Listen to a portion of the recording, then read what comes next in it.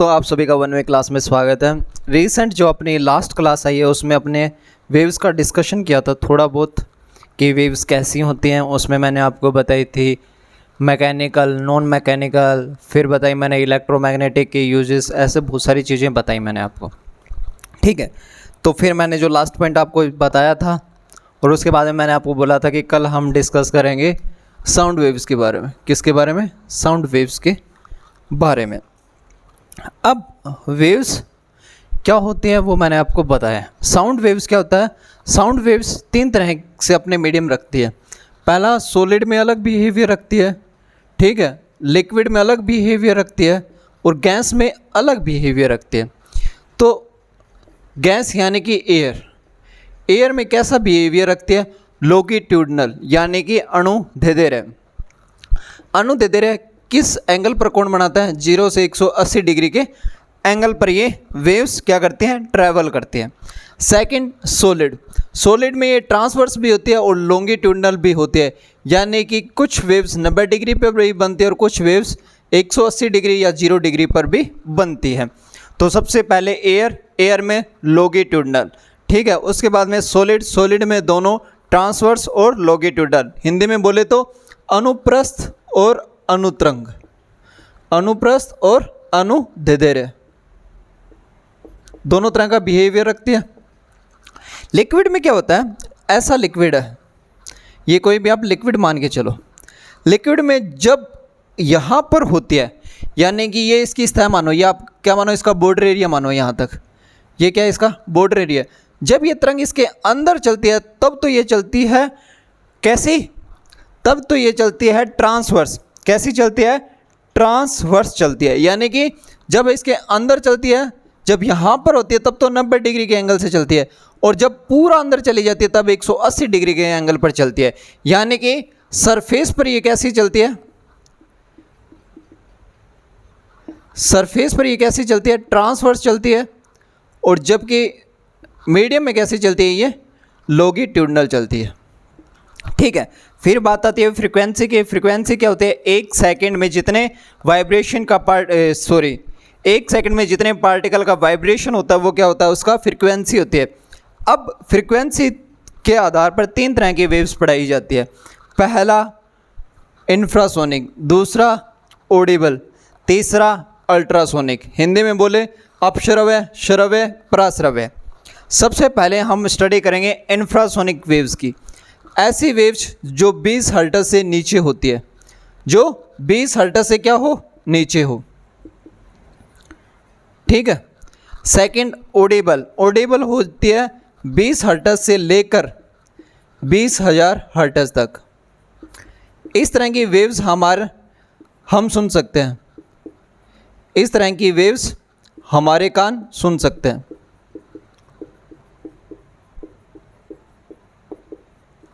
तीसरी वेव्स आती है अल्ट्रासोनिक। अल्ट्रासोनिक वो सारी वेव्स जो 20,000 हर्ट्ज से ऊपर होती है,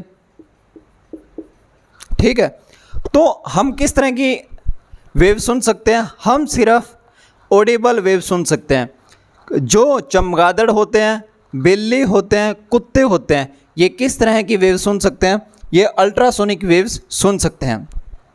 फिर अपश्रव्य तरंगें यानी कि इंफ्रासोनिक हमारे कान नहीं सुन सकते। हमारे कान सिर्फ एक तरह की वेव सुन सकते हैं और उसका नाम है हमारा सिर्फ ऑडिबल, बाकी हम दोनों नहीं सुन सकते। चमगादड़ अल्ट्रासोनिक सुन सकते हैं।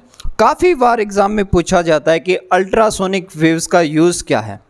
काफ़ी बार क्या पूछा जाता है? इनका यूज़ पूछा जाता है। तो हम अब बात करेंगे इनके यूजेस की।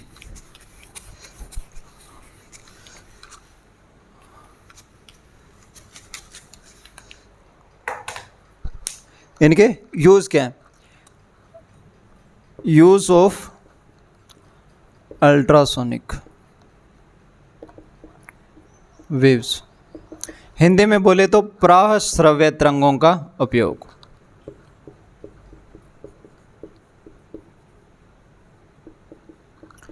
पहला यूज़ है इनका सिग्नल्स में।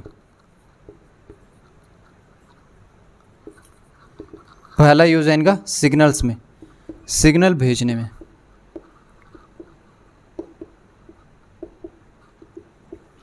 दूसरा यूज़ है इनकी समुद्र की गहराई पता करने में।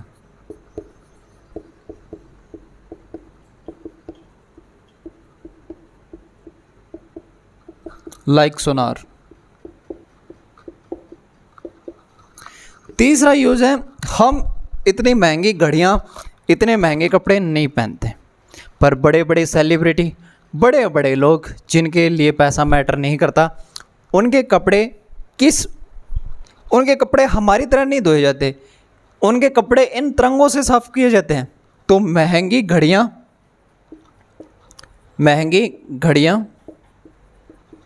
तथा महंगे कपड़े साफ करने में।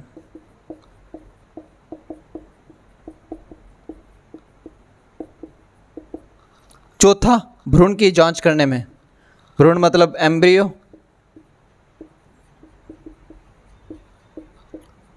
भ्रूण की जांच करने में। नेक्स्ट, ब्रेन ट्यूमर पता करने में।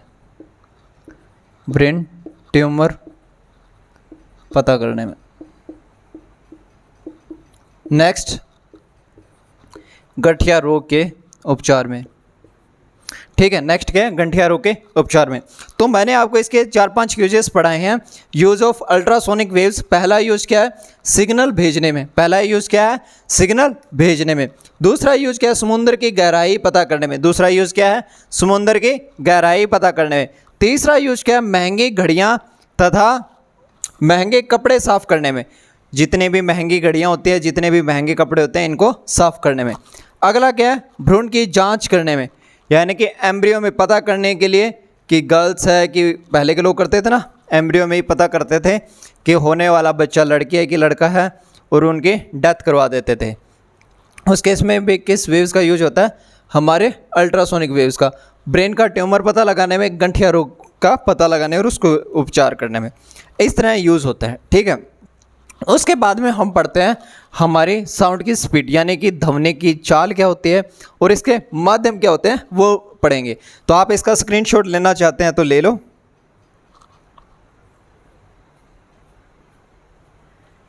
ठीक है,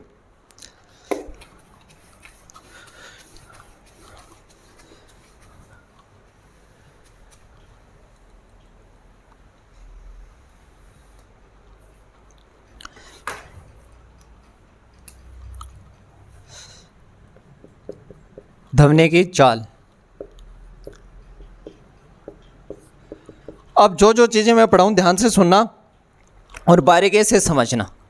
ठीक है, 3 तरह के मीडियम होते हैं। पहला, solid, liquid, gas. Solid, liquid, gas. आपने 3 तरह के मीडियम पढ़े हैं हमेशा, सॉलिड, लिक्विड, गैस। गैस में क्या होते हैं, कण दूर दूर होते हैं। लिक्विड में थोड़े पास पास होते हैं। सॉलिड में एकदम पास में होते हैं। अब अगर बात करें कि स्पीड सबसे ज़्यादा किस में रहती है, तो सॉलिड में। फिर किस में रहती है, लिक्विड में। फिर किस में रहती है, गैस में। मैंने आपको 2 चीज़ें बताई है। अगर पूछे कि ध्वनि की चाल सबसे ज़्यादा होती है, आंख बंद करके कर दो सॉलिड। सॉलिड आंसर ना हो तो आंख बंद करके कर दो लिक्विड। गैस में सबसे कम रहती है। ठीक है, ध्वनि की चाल सबसे ज़्यादा किस में रहती है, ध्वनि की चाल सबसे ज़्यादा रहती है हमारे सॉलिड में, फिर लिक्विड में, फिर गैस में। कई बार पूछा जाता है कि ध्वनि की चाल किस पर डिपेंड करती है।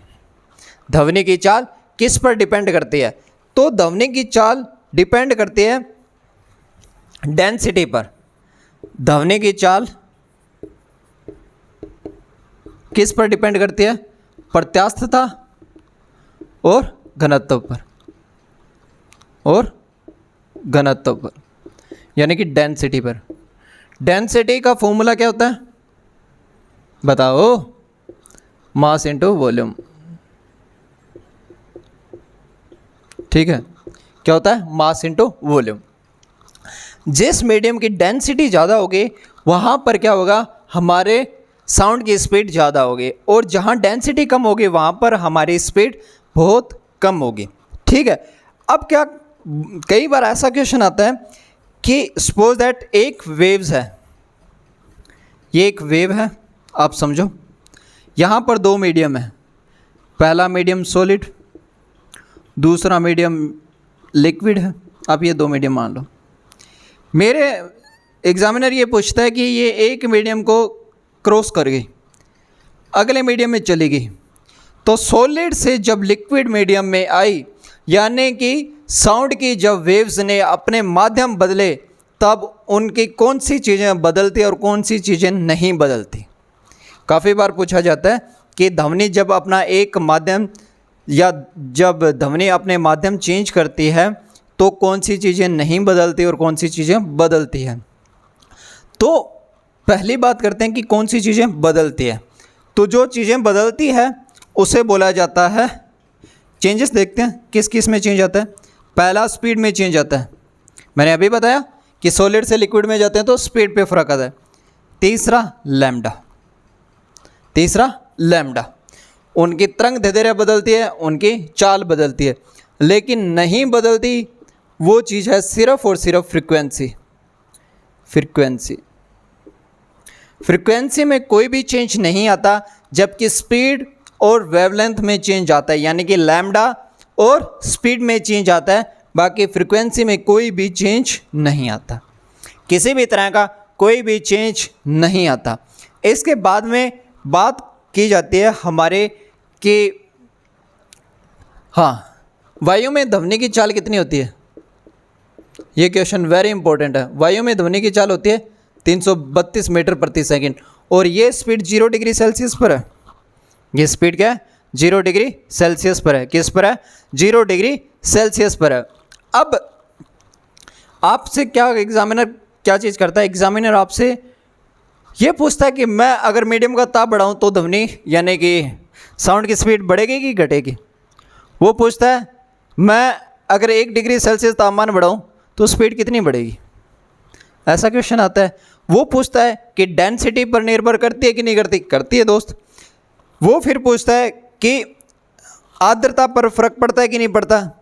ये सारी चीज़ें वो पूछता है, ठीक है। और हम इन सब पर अब डिस्कस करेंगे कि कोई भी टेम्परेचर हाई करें तब उसकी स्पीड बढ़ती है कि नहीं बढ़ती, अगर हम उस पर प्रेशर हाई करें तब बढ़ती है कि नहीं बढ़ती, वो सारी चीज़ें अपने डिस्कस करेंगे।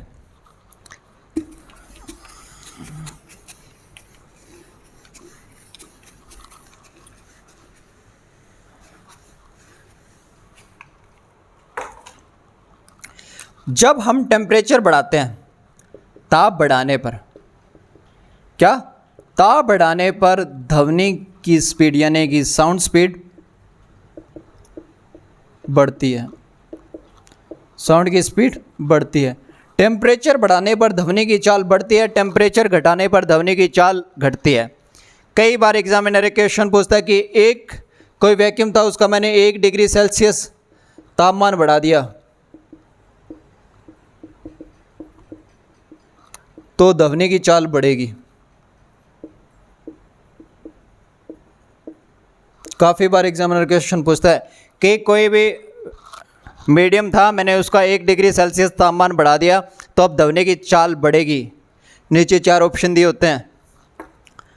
ए ऑप्शन 0.61 मीटर प्रति सेकंड, बी ऑप्शन 0.60 मीटर प्रति सेकंड, सी ऑप्शन 0.63 मीटर प्रति सेकंड, डी ऑप्शन 0.70 मीटर प्रति सेकंड। एग्जैक्टली बताना है, एकदम सही बताना है। बहुत सारी बुक्स इसमें बहुत गड़बड़ करके लिखती है, पर तुम्हें एकदम सही बताना है।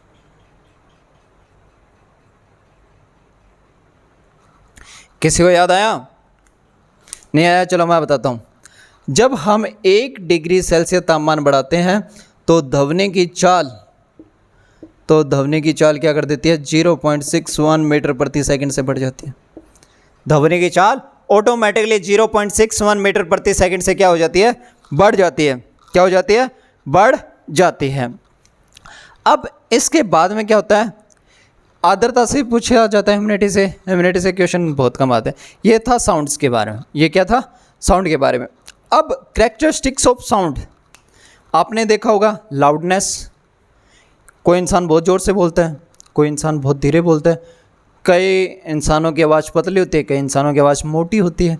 ये सिर्फ पिच की वजह से होता है। फिर आपने पढ़ा होगा क्वालिटीज़ कई इंसानों की आवाज़ बड़ी अच्छी होती है, मन करता है सुने, ठीक है।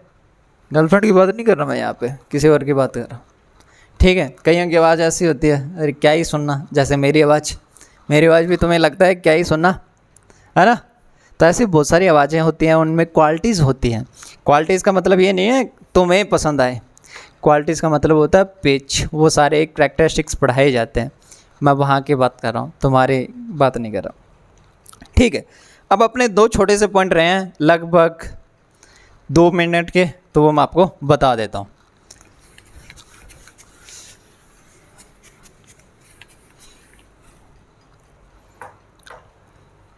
पहली चीज,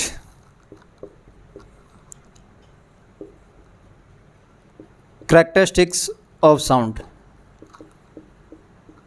पहला लाउडनेस। हम तेज बोल रहे हैं, तेज बोलना या धीरे बोलना, ये क्या है, लाउडनेस है। ये इम्पोर्टेंट नहीं है, ये 6ठी क्लास का बच्चा बता देगा, पर अब जो मैं बताऊंगा वो इम्पोर्टेंट है। वो आपके हाईली क्वालिफिकेशन वाले टीचर नहीं बता सकते। अगर आज तक यूट्यूब पर ऐसा किसी टीचर ने बताया हो तो आप मुझे बेझिझक नीचे चैनल का नाम लिख देना कि सर इन्होंने पढ़ाया। अब जो मैं पढ़ा रहा हूँ, काफ़ी बार एग्जामिनर यहाँ से क्वेश्चन पूछता है, आपसे नहीं पूछेगा, पर जो बड़े एग्ज़ाम है वहाँ से ये क्वेश्चन पूछा जाता है कि लाउडनेस का SI मात्रक क्या है, बता दो, बताओ। काफ़ी बार एग्जामिनर पूछता है कि लाउडनेस का SI मात्रक क्या है या मात्रक क्या है। कई बार ऐसा ही ना दे के सीधा मात्रक दे लेता है, वैसे SI मात्रक ही पूछना चाहिए, पर वो अलग अलग चीज़ें हैं। अब तुम बताओ।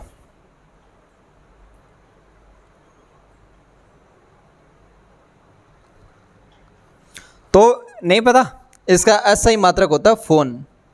क्या होता है, फ़ोन, फ़ोन, ठीक है। इसका SI मात्रक होता है फ़ोन। सेकंड हम बात करते हैं पिच। पिच मतलब तारतफ।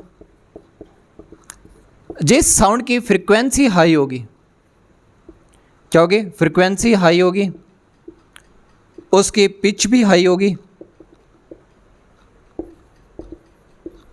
और आवाज़ कैसी होगी, पतली। आवाज़ कैसी होगी, पतली। और जिसकी फ्रीक्वेंसी लो होगी, लो होगी, पिच भी उसकी क्या होगी, लो होगी, पर उसकी आवाज़ क्या होगी, मोटी होगी। आवाज़ क्या होगी, मोटी होगी। अब यहाँ से क्वेश्चन पूछा जाता है कि हमारे यानी कि मनुष्य के जिसकी फ्रीक्वेंसी हाई है, जिसकी फ्रीक्वेंसी हाई है, ठीक है, उसका पिच कैसा रहता है। कई बार एग्जामिनर ऐसा पूछ ले तो उसका पिच हाई रहता है, अगर फ्रीक्वेंसी लो है तो उसका पिच भी क्या रहता है, लो रहता है, ठीक है। इसके बाद में क्वालिटीज़ की बात है। क्वालिटीज़ का कोई ना SI मात्रा का ना कुछ हो रहा है, क्वालिटीज़ वही रहती है जो मैंने आपको पढ़ाया है अब तक, कि जैसे किसी की आवाज़ में क्वालिटीज़ होना, ठीक है। अब अपने पढ़ेंगे ध्वनि की तीव्रता। ध्वनि की तीव्रता,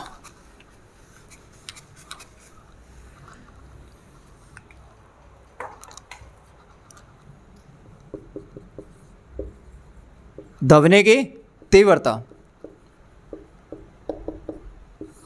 ध्वनि की तीव्रता क्या होती है, अब मैं बताऊं। ध्वनि की तीव्रता अगर मैं सिंपल भाषा में, अपनी भाषा में बोल लूँ, तो वहाँ से मतलब आप एक निश्चित डिस्टेंस से मुझे कुछ बोल रहे हो और वो मुझे सुनाई दे रहा है। कितनी जल्दी सुनाई दे रहा है, किस पिच में सुनाई दे रहा है, वो सारी क्या होती है, हमारी तीव्रता होती है, यानी कि पावर होती है। ध्वनि की तीव्रता क्या होती है, पावर होती है। यानी कि प्रति सेकंड किस क्षेत्रफल से वो गुजरती है उसको बोलते हैं साइंस में अलग, मतलब वैसे ही कंफ्यूज करने वाली चीज़ें। यहाँ से क्वेश्चन नहीं आते, यहाँ से एक डायरेक्ट क्वेश्चन आता है, ध्वनि की तीव्रता का SI मात्रक डेसिबल है। क्या है, डेसिबल है, पर यहाँ पर गलत हो आप। कई बार अब यहाँ से क्वेश्चन नहीं पूछते दोस्त, एसएससी का एग्ज़ाम इस बार एडवोकेटी लेने वाली है, हालांकि उसके पैटर्न में गड़बड़ी है, मैं मना ही नहीं कर रहा, हालांकि उसके एग्ज़ाम सेंटर में गड़बड़ी है, पर हालांकि वो टीसीएस से अच्छा एग्ज़ाम ले रही है। उसके क्वेश्चन देखना दोस्त, इतने अच्छे क्वेश्चन आते हैं। और किसी को वहम हो कि अरे कहाँ है सर, तुम्हें क्या पता, टेक्स्ट बुक आज ओपन कर लेना, टेक्स्ट बुक आज ओपन कर लेना, और जिन बच्चों के टीसीएस में 126, 123, 140 नंबर बन रहे थे ना, उन्हीं बच्चों के एडवोकेटी में 90 नंबर नहीं आ रहे।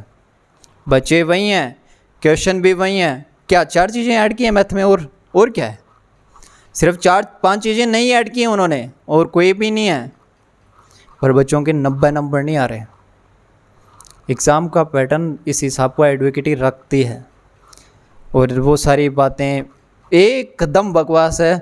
जो टीचर्स बोल रहे हैं कि हम एडवोकेटी को बदल देंगे, एडवोकेटी नहीं बदली जाएगी, एडवोकेटी नहीं बदली जाएगी, किसी भी हाल में नहीं बदली जाएगी, किसी भी हाल में नहीं बदली जाएगी, किसी भी हाल में। चाहे आप लाखों प्रोटेस्ट कर लो, प्रोटेस्ट करने से क्या होगा, एग्ज़ाम लेट होगा। आप आज बैठ जाओ, एग्ज़ाम उतना लेट, 6 महीने बैठ जाना, 6 महीने एग्ज़ाम लेट हो जाएगा। देखो, मुझे बहुत पहले किसी ने एक बात समझाई थी, अगर आपके पास पावर नहीं है, अगर आपके पास पैसा नहीं है, तो सिर्फ आपको एक काम करना है, मेहनत करो और अपने आप तक ही मतलब रखो। आपके पास पावर है, आपके पास पैसा है, तो आप चेंज करने की सोचो, वरना आप पंचायती मत करो। और कुछ टीचर्स हैं जो हमारे लिए लड़ रहे हैं, मैं ऐसा नहीं बोल रहा कि गलत है, वो लड़ रहे हैं, वो अपना 110% दे रहे हैं, पर तुम इस ख्याल में रहकर तैयारी मत बंद कर देना कि टीसीएस एग्ज़ाम कंडक्ट करेगी, टीसीएस जैसा एग्ज़ाम कंडक्ट होगा। एग्ज़ाम कंडक्ट एडवोकेटी करेगी, जहाँ पर फ़ायदा होता है लोग वहीं जाते हैं। अगर एसएससी ने एग्ज़ाम कंडक्ट करने की जिम्मेदारी टीसीएस से छोड़कर एडवोकेटी को दी है, तो कोई फ़ायदे का सौदा करके दिया, और वो फ़ायदे का सौदा बच्चों के लिए तो है नहीं, वो फ़ायदे का सौदा खुद के लिए ही होता है ना। अब अपने पे ले लो, अपने को जहाँ फ़ायदा होता है हम वहीं जाते हैं, नुकसान में तो हम तब जाते हैं जब दिल से दिल जुड़े होते हैं, वरना नुकसान किसको पसंद है ना। तो वो वाली बातें, ठीक है। तीव्रता का ऐसा ही मात्रक डेसिबल होता है, एकदम सही बात है, पर ये इसका छोटा मात्रक। बड़ा मात्रक क्या होता है, बेल, बड़ा मात्रक बेल होता है। ये डेसिबल का 10वां, यानी कि अगर बात करें एक बेल का 10वां भाग, एक बेल का 10वां भाग डेसिबल होता है। एक बेल का 10वां भाग डेसिबल होता है। हमारे कान 90 डेसिबल तक सुन सकते हैं, 90 डेसिबल के बाद में हमारे कान जवाब दे जाते हैं। हमारे कान क्या दे जाते हैं, जवाब दे जाते हैं। इसके बाद में हमारे कान बोल देते हैं कि भाई हम तो नहीं सुन सकते। इसके बाद में एक चीज़ पढ़ाई जाती है, इको। क्या पढ़ाई जाती है, इको। इको मतलब गूंज। हमेशा याद रखना, रूम पे ही समझाता हूँ पहले मैं आपको। आपका रूम खाली है तो आवाज़ क्या करती है, ट्रैवल ज़्यादा करती है और आवाज़ गूंजती है। अगर आपका रूम भरा हुआ है तो आवाज़ नहीं गूंजती। आजमा के देख लेना, आपके पास 2 कमरे हों, एक भरा हो तो आपकी आवाज़ आप तक ही रहेगी, अगर एक खाली है तो उसकी आवाज़ बहुत दूर तक जाएगी, गूंजेगी। एको सबको पता है, एको क्या होता है, ध्वनि का गूंजना, ठीक है। और यहाँ से क्वेश्चन भी नहीं आता, क्वेश्चन आता है यहाँ से कि ए और बी मीडियम है, ए मीडियम बोल रहा है, बी मीडियम से वापस आवाज़ ट्रैवल होके वापस आ रही है, यानी कि गूंज कर वापस आ रही है। आवाज़ क्या हो रही है, गूंज कर वापस आ रही है। और यहीं से क्वेश्चन पूछता है कि यहाँ इसे क्या बोलते हैं, यहाँ पे स्पीकर, और ये क्या, सुनने वाले को रिसीप्टर बोल देते हैं, ठीक है। और एग्जामिनर ये पूछता है कि स्पीकर और स्पीकर के बीच में कितना डिस्टेंस होना चाहिए। तो इनके दोनों के बीच में डिस्टेंस होना चाहिए 16.6 मीटर का या 17 मीटर का, लगभग 17 मीटर का, 16.6 मीटर का या 17 मीटर का ए और बी के बीच में डिफरेंस होना चाहिए, तभी क्या होगा, हमारी आवाज़ गूंजेगी, हमारी आवाज़ गूंजेगी। और इस इक्को का इफेक्ट हमारे कान पर 1/10 सेकंड तक रहता है। कितनी देर तक रहता है? 1/10 सेकंड तक रहता है। साउंड में इतना ही है जो आपके लिए इम्पोर्टेंट है। आपने कभी सुना होगा, देखा होगा, सुना तो क्या होगा, बड़े बड़े ऊंचाई पर लोग जाते हैं, वहाँ पर बोलते हैं राहुल, नाम वापस आता है अंजलि। देखा है ऐसे मूवीज़ में? तो ये मूवीज़ देखी आपने, पर मैं साइंस का स्टूडेंट हूँ, मैंने देखते ही सोचा ऐसा कैसे हुआ। तब एक साइंटिस्ट आए, डॉपलर, उन्होंने बोला कि मैं बताता हूँ कैसे हुआ। डॉपलर ने बोला कि जब हम बोलते हैं और हमारी आवाज़ बहुत ज़्यादा ट्रैवल करती है तो रिटर्न जो हमें आवाज़ सुनाई देती है वो बहुत ज़्यादा डिस्टर्ब पॉइंट होने की वजह से कुछ अलग सुनाई देती है। क्या देती है? कुछ अलग सुनाई देती है, पर इतनी अलग भी सुनाई नहीं देती कि राहुल का अंजलि हो जाए, राहुल का राना, ऐसे सुनाई देती है, यानी कुछ उसमें डिस्टर्ब पॉइंट आ जाते हैं, उसे बोलते हैं डॉपलर इफेक्ट। डॉपलर इफेक्ट से भी क्वेश्चन नहीं आते, वो मैंने आपके लिए वैसे ही बताया है। ठीक है, आज के लिए इतना ही। आप दोस्त प्यार नहीं कर रहे हो, ना चैनल को सब्सक्राइब कर रहे हो, ना वीडियो को लाइक कर रहे हो, पर कोई ना, हम पढ़ाते रहेंगे। Thank you so much. मिलते हैं अगली क्लास में, आगे जल्दी हमारी क्लास